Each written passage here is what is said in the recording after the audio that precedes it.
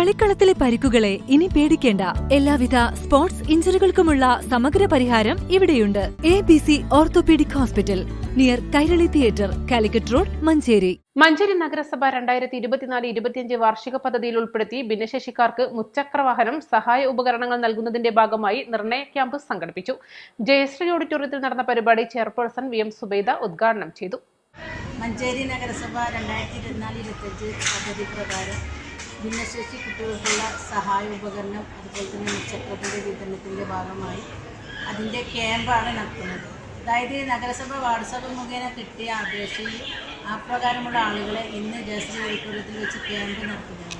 ഡോക്ടർമാർ പ്രത്യേകം പരിശോധിച്ച് അതിന് വേണ്ട ഉപകരണങ്ങൾ അവർ എഴുതുകയും ആ എഴുതിയ പ്രകാരമുള്ള ഓരോ രോഗിക്കും വ്യത്യസ്തമായ സഹായ ഉപകരണമാണ് ഇവിടെ കൊടുക്കുന്നത്.